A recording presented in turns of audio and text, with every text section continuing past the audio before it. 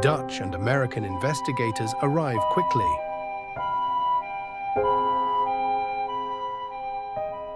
The wreckage shows no signs of fire, so fuel exhaustion is ruled out.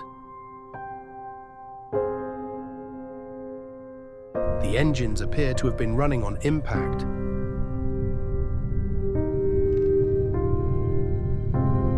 Some think about a microburst, dangerous wind shear that once brought down a Delta jet in 1985. But the weather data shows no extreme winds.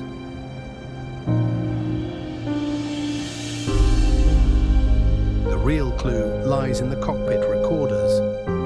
That strange landing gear alarm at 8,000 feet was caused by a faulty radio altimeter. The 737 has two, one for each pilot.